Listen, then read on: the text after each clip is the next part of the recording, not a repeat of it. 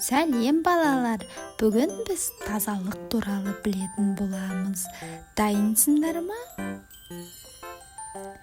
Ең алдымен ойнап болған соң қолымызды жуу керек. Қолымызды жумасақ, микробтар қалады.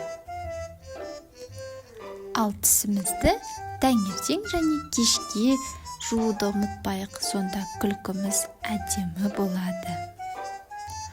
Ал бөлмемізді таза ұстау керек. Жарайсыңдар балалар. Егер қолымызды жуып, тісімізді тазалап, бөлмемізді жинап жүрсек, деніміз сау, көңіліміз көтеріңкі болады. Тазалықты сақтайық, аурудан біз қашайық, қолды жуып, тіс тазалап, денсаулықты ашайық. Келесі кездескенше сау болыңдар балалар.